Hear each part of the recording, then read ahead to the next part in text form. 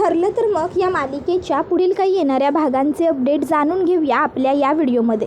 सुरुवात करूया आपल्या आजच्या या व्हिडिओला. तर आता आपण इथे पाहणार आहोत की कशा पद्धतीने आता प्रिया घरातल्या कुटुंबियांवरती एक खूप मोठा बॉम्बस्फोट करणार, तर दुसऱ्या बाजूला अर्जुन अगदी सेफली साक्षीला सगळ्यातून बाहेर काढणार. आता नेमकं काय घडतं, कसं घडतं, हे सगळं काही आपल्या या व्हिडिओमध्ये शेवटपर्यंत जाणून घेऊया. चला तर मग सुरुवात करूया आपल्या व्हिडिओला.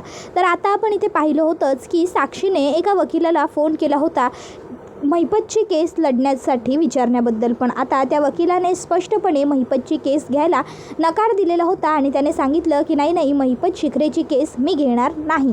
मग आता तो वकील काय विचार करतो की ॲडव्होकेट अर्जुन सुभेदारांना या सगळ्याबद्दल माहिती असायला हवी, कारण त्यांनाच आतापर्यंत त्या महिपतमुळे खूप त्रास झाला आहे आणि त्याची केसही अर्जुन सुभेदारांनीच निकालात आणली होती. मग आता तो वकील काय करतो, अर्जुनला कॉल करतो आणि मग तो अर्जुनला म्हणत असतो, हॅलो अर्जुन, मला तुम्हाला एक गोष्ट सांगायची होती. अहो, तो महिपत शिखरे ज्याची ती आश्रम केस होती त्याबरोबर. अर्जुन म्हणते हो त्याचं काय. त्यावर मग आता लगेचच ते वकील सांगायला लागतात त्यांच्या कोणातरी लांबच्या नातेवाईकांचा मला फोन आला होता आणि त्यांचं असं म्हणणं होतं की मी महिपत शिखरेला बाहेर काढण्यासाठी त्यांची केस घ्यावी असं. त्यावर अर्जुन म्हणतो काय, मग यावर तुम्ही काय म्हणालात. त्यावर लगेचच तो वकील म्हणतो अर्थात मी नाही म्हणालो, तुम्ही त्यांना शिक्षा मिळवून दिली याचा अर्थ नक्कीच त्यांचा गुन्हा गंभीर होताच. त्याबरोबर मग हे ऐकून अर्जुन म्हणतो थँक्यू सो मच, आणि तुम्ही जे बोललात ते खरं होतंच. महिपतचा गुन्हा खूपच जास्त गंभीर होता. महिपतने 30 वर्षांपूर्वी माझ्या आत्याचा आणि ॲडव्होकेट रविराज किल्लेदारांचा अपघातही घडवून आणला होता आणि माझ्या बायकोच्या वडिलांना खोट्या केसमध्ये फसवण्याचा प्रयत्नही केला होता. त्यावर मग आता अर्जुन म्हणतो बरं मी ठेवतो, तुम्ही जी मदत केली त्याबद्दल खूप आभार. त्यानंतर सायली विचारते काय हो काय झालं, महिपतबद्दल कोणीतरी बोलत होतं ना, काय बोलत होतं आणि कोण बोलत होतं. त्याबरोबर मग अर्जुन आता सायलीला सांगतो की ते एक वकील साहेबांचा फोन होता, त्यांनीच सांगायला फोन केला होता की महिपतच्या कोणत्या तरी दूरलांबच्या नातेवाईकाचा फोन आला होता त्यांना महिपतची केस घेण्यासाठी. त्याबरोबर आता सायली म्हणते अहो पण महिपतला तर कोणीच नातेवाईक नाही आहे. अर्जुन म्हणतो ते तर मला सुद्धा कळत नाही आहे, मे बी त्याच्या कुठल्या फंटर वगैरेने हे काम केलं असेल. त्यावर मग सायली म्हणते तुम्ही एक काम करा ना, तो नंबर कोण आहे ते बघा आणि मग तुम्हाला समजेल. त्या वकील साहेबांकडनं तुम्ही नंबर घ्या की तो, आणि मग तो शोधा. त्याबरोबर आता अर्जुनला सायलीची आयडिया पटते. मग आता अर्जुन काय करतो, अर्जुन आता सायलीच्या इच्छेनुसार आणि आयडियानुसार त्या वकिलाला पुन्हा कॉल करतो आणि त्याला म्हणतो की तुम्हाला ज्या नंबरवरून फोन आला होता तो नंबर मला देऊ शकाल का. त्याबरोबर तो वकील म्हणतो हो साहेब लगेच पाठवतो, आणि मग तो आता अर्जुनला तो नंबर देतो. त्यानंतर मग आता अर्जुनला तो नंबर मिळाल्यानंतर अर्जुन चैतन्याला सांगतो की चैतन्य हा नंबर कोणाचा आहे ते शोधून काढ, ट्रेस कर. त्याबरोबर मग तो होकार देतो. मग आता सायली ही विचारते काय झालं, कळालं का नंबर कोणाचा आहे. त्यावर अर्जुन म्हणतो बायको अगं एवढा लगेच कसं कळेल नंबर कोणाचा आहे, आत्ताचा तर मी फोन केला होता ना, कळेल लवकरच. त्याच्यानंतर मग आता अर्जुनला समजतं की हा नंबर साक्षी शिखरेचा आहे. आता हे कळाल्याच्यानंतर मग अर्जुन हा दुसऱ्या दिवशी महिपतला भेटायला पोलीस स्टेशनला येतो आणि पोलीस स्टेशनमध्ये येऊन अर्जुन हा आता महिपतला काल साक्षीने तुला सोडवण्यासाठी एका वकिलाला मदत मागायला फोन केला होता, पण तिने ती तुझी मुलगी आहे अशी ओळख न सांगता तिने तिथे ती तुझी फक्त नातेवाईक आहे अशी ओळख सांगितलेली आहे असं सगळं आता अर्जुन सांगतो. आणि आता तो म्हणायला लागतो की आता जर बाहेर ही गोष्ट कोणाला कळाली तर खूप मोठी गडबड होईल, साक्षी या सगळ्यात फसू शकते, कारण तुला इतर कोणीही नातेवाईक नव्हते, फक्त तुझी एक मुलगी आणि तूच, एवढंच फक्त तुझं कुटुंब होतं हे संपूर्ण जगाला माहिती आहे. त्याबरोबर मग महिपत म्हणू लागतो की हे बघा ॲडव्होकेट अर्जुन सुभेदार, तुम्ही मला आधीच म्हणाला होतात की जर मी नागोबाच्या विरोधात शिक्षा दिली तर तुम्ही माझ्या साक्षीला काही एक होऊ देणार नाही, तुम्ही तिला या सगळ्यातनं सुखरूप बाहेर काढाल, तुम्ही तिथला सोडवाल म्हणून, आणि आता तुम्ही तुमच्या शब्दावरती फिरताय. मी तर माझा शब्द पाळला, साक्ष दिली मी त्या नागोबाच्या विरोधात, आता तुम्ही सुद्धा तुमचा शब्द पाळा आणि माझ्या लेकराला, माझ्या साक्षीला ह्या सगळ्या संकटातून पटपट बाहेर काढा. काहीही झालं तरी पोलीसच काय, कोणीच माझ्या लेकरापर्यंत पोहोचणार नाही याची काळजी घ्या. आणि एक आणखीन गोष्ट, जर मला दगा दिलात किंवा मला फसवलं तर त्याचे परिणाम चांगले होणार नाहीत, हे तर तुम्हाला माहिती आहेच. तुम्ही काय मला आजकाल ओळखत नाही, तुम्ही मला केव्हापासून ओळखता, त्यामुळे मी नेमकं काय करू शकतो आणि कसं करू शकतो याबद्दलचा अंदाज तर तुम्हाला आधीपासूनच आहे. काहीही करा, अगदी काहीही, पण माझ्या लेकराला, माझ्या साक्षीला वाचवा. त्यावर अर्जुन म्हणतो वाचवण्यासाठी आधी आम्हाला तिचा पत्ता लागेल. मग लगेचच महिपत पत्ता सांगतो. शांतिनिकेतन हॉलजवळ मँगो गार्डनच्या पाठीमागच्या साईडला Shivsadan society, floor number 4, room number 404. आता हा पत्ता कळाल्याच्या नंतर मग अर्जुन म्हणतो ठीक आहे. मग शांती सदन गार्डनच्या मागे कुठे मँगो पार्कच्या तिकडे कुठेतरी आता ती जी सोसायटी असते त्या सोसायटीमध्ये 4थ्या माळ्यावर 404च्या तिकडे आता अर्जुन आणि चैतन्य दोघंजणं पोहोचतात. आता अर्जुन आणि चैतन्य तिकडे पोहोचल्याच्या नंतर अर्जुन हा आता म्हणत असतो की आता आपल्याला साक्षीबरोबर बोलावं लागेल. मग आता साक्षी ही तिकडे घरातच असते तर अर्जुन हा आता तिच्या घराबाहेर असतो. अर्जुन आता दरवाजा ठोठावतो, डोरबेल वाजवतो. बराच वेळ होतो पण कोणी आलेलं नसतं दरवाजा उघडायला.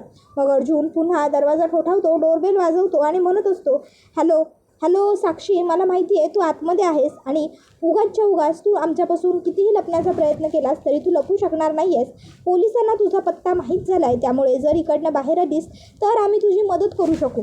तुला प्रश्न पडला असेल की तुला वाचवायला ॲडव्होकेट अर्जुन सुभेदार कसा काय आला, पण तुझ्या बापाने महिपत शिखरेने आमची एक खूप मोठी मदत केलेली आहे त्या नागराजला शिक्षा मिळवून देण्यासाठी आणि म्हणून मी इथे तुझी मदत करायला आलो आहे फक्त माझ्या डीलसाठी. त्याबरोबर साक्षी विचार करते कसली डील आणि काय बोलतो हा ॲडव्होकेट अर्जुन सुभेदार. काय करू, उघडू का दरवाजा? नाही, नको नको नको नको. ह्या अर्जुन सुभेदारवरती विश्वास ठेवणं म्हणजे मूर्खाचं काम करण्यालायक आहे. यावरती विश्वास ठेवणं म्हणजे चांगली गोष्ट नाही आहे. नको, मी याच्यावरती विश्वास ठेवायलाच नको. राहू दे, हा बडबडेल आणि घरामध्ये कोणी नाही आहे असा विचार करून निघून जाईल. तर इकडे आता साक्षी ही अलगद जाते आणि आता डोकवून बघत असते बाहेर. तर बाहेर अजूनही तिला अर्जुन आणि चैतन्य उभे असलेले दिसतच असतात. आता ती म्हणू लागते की बापरे, हा ॲडव्होकेट अर्जुन सुभेदार तर इकडनं हलायचं नावच घेत नाही आहे. काय करू मी आता? मला तर इकडनं बाहेर पळूनही जाता येणार नाही आहे. आतमध्ये अशी किती वेळ कोंडून राहू? नाही, कितीही वेळ राहावं लागलं तरीही चालेल, पण मी दरवाजा उघडणार नाही. पण या अर्जुनला माझा पत्ता एक्झॅक्टली दिला तर कुणी असेल, कुणी केलं असेल हे सगळं. त्याबरोबर इकडे आता अर्जुन साक्षीला म्हणत असतो हे बघ साक्षी, पोलिसांना कळालेलं आहे की तू जिवंत आहेस म्हणून, त्यामुळे मी सांगतोय ते ऐक, बाहेर ये साक्षी. त्याबरोबर मग आता अर्जुन पुढे म्हणत असतो साक्षी हे बघ, सचिनने तुझ्याबद्दलचं सगळं सत्य पोलिसांना सांगून टाकलं आहे की तू समीरा शेखर म्हणून एका सोसायटीमध्ये राहतेस, मँगो गार्डनच्या तिकडे तुझं घर आहे आणि त्यामुळे पोलिसांनी आता तुझा तपास सुरू केलेला आहे. पोलिसांकडे तुझा पूर्ण पत्ता आहे. पोलीस जर इकडे आले आणि पोलिसांनी जर तुला अटक केली तर सगळी गडबड होईल. त्या सचिनमुळे तू फसशील. आता विचार कर, तुला फसायचं आहे की माझी मदत घेऊन इकडनं बाहेर पडायचं आहे. आता खरं तर आता सचिनने पोलिसांना वगैरे काहीही सांगितलेलं नाही आहे. फक्त अर्जुनने साक्षीला घाबरवण्याकरता पोलिसांचं नाव घेऊन आधार घेतलेला असतो. तर इकडे आता मुद्दामूनच चैतन्य म्हणू लागतो जाऊ दे अर्जुन, जाऊ देत, सोडून देत. आपल्याला महिपतने मदत केली होती म्हणून आपण त्याची परतफेड म्हणून साक्षीला मदत करायला इथपर्यंत आलो. पण जर साक्षीला आता दरवाजाच उघडायचा नसेल तर आपण तरी काय करणार? आपण आता तिची मदत तरी कशी करू शकतो ना? सोडून दे. मे बी तिला आपल्या मदतीची गरज नाही आहे. ती स्वतःचं प्रोटेक्शन करायला कम्फर्टेबल आहे. ती करून घेईल काय करायचं आहे ते. आता सचिनने खरं सांगितलं आहे पण काय करणार ना आपण? पोलीस येतील आणि पोलीस तिला घेऊन जातील तेव्हाच तिला समजेल. आपण एवढ्या पोटतिडकीने सांगतोय, आपण एवढ्या कसोशीने सांगतोय तर ते तिला सगळं मस्करीत वाटतंय, खोटं वाटतंय. जाऊ दे अर्जुन, आपण निघूया. आणि मग आता लगेचच चैतन्य चल असं म्हणू लागतो आणि अर्जुन आणि चैतन्य उगाच मुद्दाम खोटे जायला निघाले आहेत असं थोडं पाय वाजवतात. त्याबरोबर मग इकडे साक्षी विचार करते की नाही, काहीही झालं तरी यांना इकडनं जाऊन देऊन चालणार नाही. सध्या अण्णाही नाही आहेत आणि नागोबाही नाही आहे. प्रिया कितपत मदत करेल याच्यावर काही विश्वास नाही आहे. आणि ते सचिनने माझं नाव कसं काय घेतलं, सचिनने कसं काय सांगितलं पोलिसांना मी कुठे राहते ते, एवढी याची हिंमत? नाही. आता मी या सचिनला सोडणार नाही. मला याच्यापेक्षा जास्त महत्त्वाचा माझा स्वतःचा जीव आहे आणि तो वाचवण्यासाठी सध्या मला ह्या अर्जुनची मदत ही घ्यावीच लागणार आहे. मग आता त्यासाठी साक्षी ही दरवाजा उघडते. आता साक्षी दरवाजा उघडते त्यानंतर अर्जुन आणि चैतन्य तिचा विश्वास संपादन करतात. तिला सांगतात की सचिनने तुला फसवलं आहे, तो तुझ्याशी खोटं बोलला आहे, त्याने पोलिसांना तुझ्याबद्दलचं सगळं सांगून टाकलं आहे, तुझा पत्ता सांगून टाकला आहे. पोलीस कुठल्याही क्षणी इकडे तुला पकडायला येऊ शकतात. त्यापेक्षा तू आमच्याबरोबर चल, आम्ही तुला एका दुसऱ्या सेफ ठिकाणी पोहोचवतो. मग साक्षी आता अर्जुन आणि चैतन्यबरोबर तिकडनं निघून जाते. आणि त्यानंतर मग आता अर्जुन आणि चैतन्य हे तिला सांगतात की आता तू सचिनबरोबर कुठल्याही पद्धतीचा कॉन्टॅक्ट वगैरे काहीही ठेवू नकोस, नाहीतर जर तू पुन्हा सचिनला कॉन्टॅक्ट करण्याच्या भानगडीत पडलीस तर सचिन हा पुन्हा तुझ्यापर्यंत पोहोचेल आणि एकदा का सचिन तुझ्यापर्यंत पोहोचला की पोलिसांना पोहोचायला फारसा वेळ लागणार नाही. मग आता साक्षी ठीक आहे म्हणते आणि साक्षी आता सचिनबरोबरचा सर्व कॉन्टॅक्ट तोडून टाकते. तर दुसऱ्या बाजूला आता इकडे प्रिया जी आहे, प्रियाला टेन्शन आलेलं असतं की बापरे, अर्जुन सायलीला माझ्याबद्दल जर काही पुरावे वगैरे सापडत असतील तर मी काय करू.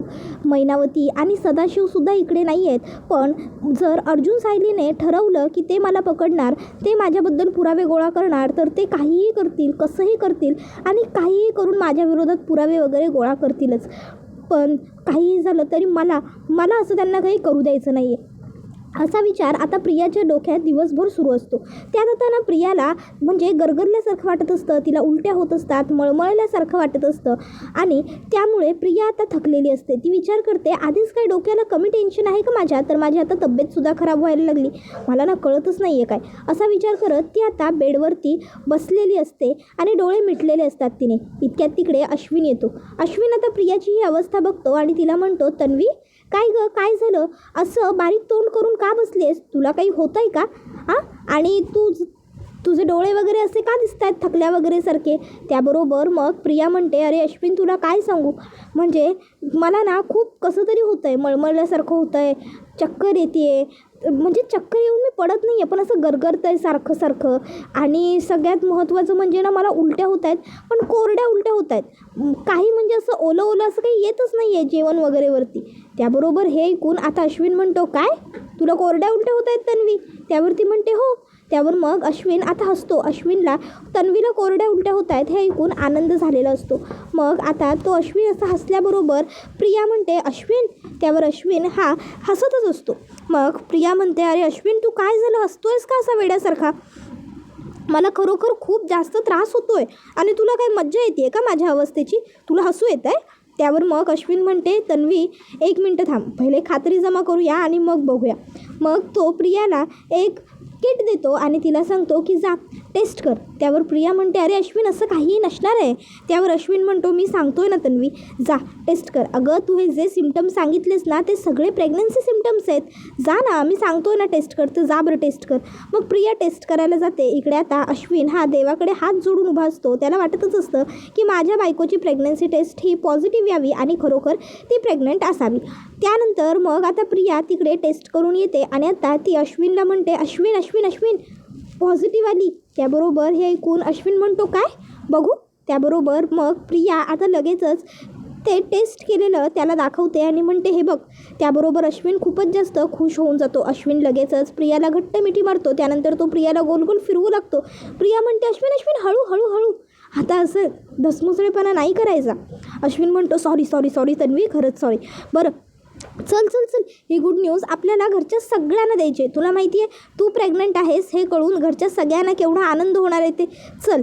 आणि मग आता अश्विन प्रियाला घेऊन खाली येतो आणि मग तो मोठमोठ्याने घरातल्या सगळ्यांना हाका मारतो, मॉम डॅड अर्जुन दादा सायली वहिनी, मॉम डॅड अर्जुन दादा सायली वहिनी, अस्मिताई लवकर बाहेर या सगळ्यांनी. त्याबरोबर सगळेजण आता बाहेर आलेले असतात. सगळ्यांनाच प्रश्न पडलेला असतो की अश्विनला एवढं सांगायचं तर सांगायचं काय. प्रताप विचारतो, का ओरडतोयस अश्विन, काय झालं आता. त्यावर अश्विन म्हणतो, डॅड झालं नाही आहे तर होणार आहे. त्यावर आता कल्पना म्हणते, अरे पण काय. त्यावर मग अश्विन म्हणतो, मी डॅड होणार आहे. त्याबरोबर आता लगेचच कल्पना आणि प्रताप म्हणतात, काय. त्यावर अश्विन सांगतो, हो बाबा, मी पण बाबा होणार आहे. त्याबरोबर हे ऐकून घरातल्या सगळ्यांनाच आनंद होतो. अश्विन म्हणत असतो, तन्वी प्रेग्नंट आहे, तन्वी आई होणार आहे. आता हे ऐकून कल्पना ही प्रियाकडे येते आणि प्रियाला विचारते, तन्वी अश्विन जे बोलतोय ते खरं आहे का, की उगाच हा आमची गंमत करतोय. त्याबरोबर मग प्रिया लाजते. त्यावर कल्पना म्हणते, म्हणजे खरंच, वा वा वा वा तन्वी वा, काय गुड न्यूज दिलीस. आणि मग ती लगेचच प्रियाला मिठी मारते आणि म्हणू लागते, शाब्बास. आता बघ, आता घरामध्ये कसं आनंदाचं वातावरण तयार होईल. आणि मग ती लगेच प्रियाला मिठी मारते आणि म्हणत असते, आता आराम करायचा, स्वतःची काळजी घ्यायची, काय हवं नको ते सगळं मला सांगायचं, तुझी प्रत्येक हौस करायची आता, काय बरोबर ना. आणि हो, जास्त दगदग करायची नाही, कामांची धडपड नको करूस, समजलं? निवांत राहा, आराम कर आणि मस्त स्वतःची काळजी घे. तन्वी अगं तुला माहीत नाही तू मला केवढा मोठा आनंद दिलायस तू. अगं ह्या घराण्याला वारस मिळणार आहे तुझ्यामुळे. इतक्या वर्षांनंतर सुभेदारांच्या घरामध्ये बाळ येईल. सुभेदारांचं घरामध्ये 2-2 बाळं असतील. वा वा वा, घरातलं वातावरण किती बदलून जाईल. अस्मिताची डिलिव्हरी झाली तर घरामध्ये इतका आनंद आला. आता जेव्हा तुझी डिलिव्हरी होईल ना तेव्हा तर आणखीनच आनंद होईल घरामध्ये. काय तन्वी, तुला आत्ता काय खावं प्यावंसं वाटेल ना ते सगळं मला सांग. त्याबरोबर मग प्रताप म्हणतो, हो हो हो आजी. अगं आनंद झालाय तरी किती. कल्पना, अगं तुझा चेहरा बघ आनंदाने किती फुललाय तो.